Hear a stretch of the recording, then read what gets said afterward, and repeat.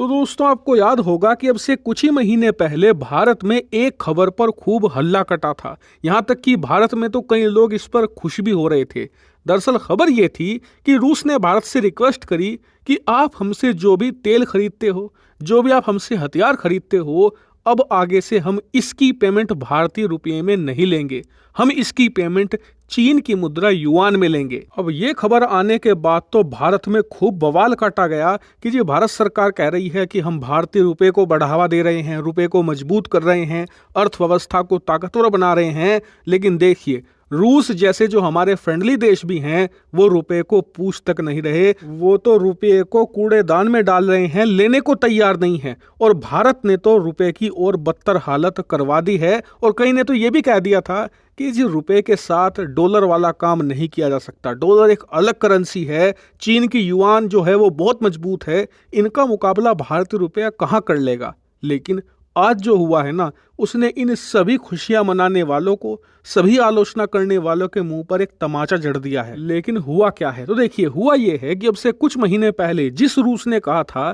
कि हम भारतीय रुपये में कोई भी पेमेंट नहीं लेंगे कच्चे तेल की और हमें चीन की मुद्रा युआन चाहिए, आज उसी रूस ने कहा है कि हमें और भारतीय रुपया दो, हमें चीनी मुद्रा युआन की कतई जरूरत नहीं है और हम आपके साथ और व्यापार करेंगे, आप हमसे और जमकर कच्चा तेल खरीदो और बदले में भारतीय रुपये ही हमें चाहिए। अब ऐसा चमत्कार कैसे हुआ, तो इसके लिए हमें कुछ महीने पीछे जाना पड़ेगा। दरअसल उस समय जब रूस ने ये कहा था कि हमें भारतीय रुपया नहीं युआन चाहिए, मुसीबत ये थी कि भारत ने जितना भी कच्चा तेल खरीदा था उसका पेमेंट हमने रुपये में किया। तो उस समय रूस के पास करीबन $8 बिलियन की वैल्यू के भारतीय रुपए जमा हो गए थे और रूस को समझ नहीं आ रहा था कि इन $8 बिलियन के वैल्यू के भारतीय रुपए को खर्च करे तो करे कहाँ। इसलिए रूस ने कहा था कि जी हमारे पास रुपया रखने का स्पेस ही नहीं है, हम इसका यूज ही नहीं कर पा रहे, इसीलिए आप हमें रुपये में पेमेंट मत करो, आप चीनी युआन में कर दो या किसी और छोटी लोकल करेंसी में कर दो।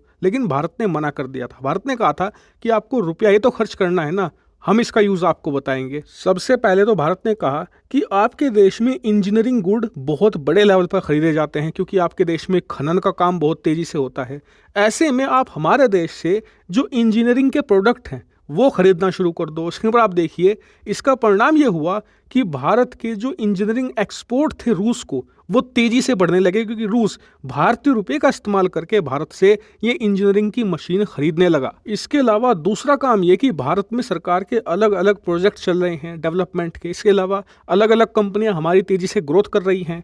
तो भारत ने कहा कि आप इन कंपनियों में इन्वेस्टमेंट करना शुरू कर दो, पैसा लगाओ। इससे दो फायदे होंगे, आपका रुपया भी तेजी से खत्म होगा और आने वाले कुछ सालों के बाद जब युद्ध खत्म हो जाएगा, आपसे सैंक्शन हट जाएंगे, तो इन कंपनियों की वैल्यू कई गुना हो चुकी होगी, यानी कि आपका पैसा कई गुना बढ़ चुका होगा। और फिर उसके बाद बड़े मजे से अपने इन इन्वेस्टमेंट को बेचकर आप बम पर कई गुना मोटा मुनाफा कमाना।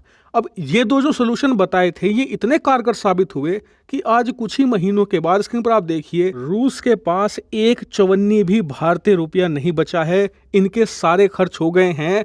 और ये कह रहे हैं कि आपने हमें इतना शानदार तरीका बता दिया है कि इससे हमारी कई समस्याएं दूर हो गई हैं। अब हमें पश्चिमी देशों के जो इंजीनियरिंग गुड मंगाने पड़ते थे, जो इंजीनियरिंग की मशीनें मंगानी पड़ती थी, हम स्मगलिंग के थ्रू मंगाते थे, लेकिन आपके जरिए हमें वो मशीनें सस्ती मिल रही हैं। इसके अलावा नंबर 1 का सारा काम है और जल्दी हमें मशीनें मिल जाती हैं, हमारी सारी प्रॉब्लम दूर हो जाती है। दूसरी बड़ी बात यह है कि भारत और रूस का व्यापार तेजी से बढ़ रहा है। इतना ही नहीं, हम जिन भारतीय कंपनियों में या भारतीय प्रोजेक्ट में पैसा लगा रहे हैं वो इन्वेस्टमेंट भी हमारा बहुत अच्छी तेजी से बढ़ रहा है, यानी कि हमारा भविष्य भी सिक्योर हो रहा है। इसके अलावा इससे भारत को भी फायदा है, हम अपने जो इंजीनियरिंग प्रोडक्ट हैं वो बेचकर हमें भी मोटा मुनाफा हो रहा है, हमारे भी तेजी से एक्सपोर्ट बढ़ रहे हैं। इसके अलावा भारतीय रुपये की वैल्यू भी बढ़ रही है क्योंकि दुनिया की कोई भी मुद्रा, कोई भी करेंसी अगर आपको मजबूत करनी है तो उसका एक ही फॉर्मूला है, आप उसकी सर्कुलेशन बढ़ा दो, यानी कि मार्केट में उसका इस्तेमाल बढ़ा दो, जिससे कि उसकी डिमांड होगी तो उसकी वैल्यू ऑटोमेटिकली बढ़नी शुरू हो जाएगी। और भारत की करेंसी का यूज बढ़ा है, इसी का परिणाम यह है कि हाल ही में IMF ने बताया है कि जो भारत की रुपया है ना, ये एशिया की मोस्ट स्टेबल करेंसी मानी गई है पिछले 12 महीनों में। यानी कि भारत के इस एक समाधान के चलते हुए रूस की जो डिमांड थी कि हमें चीनी युआन, जो कि हमारा दुश्मन देश है, उसकी करेंसी हमें दो, हमने वो नहीं किया, अपनी करेंसी को मजबूत कर लिया, अपने एक्सपोर्ट बढ़ा लिए और रूस के साथ संबंध भी मजबूत कर लिए और इसी के साथ जो आलोचक थे उनके मुंह पर तमाचा भी जड़ दिया।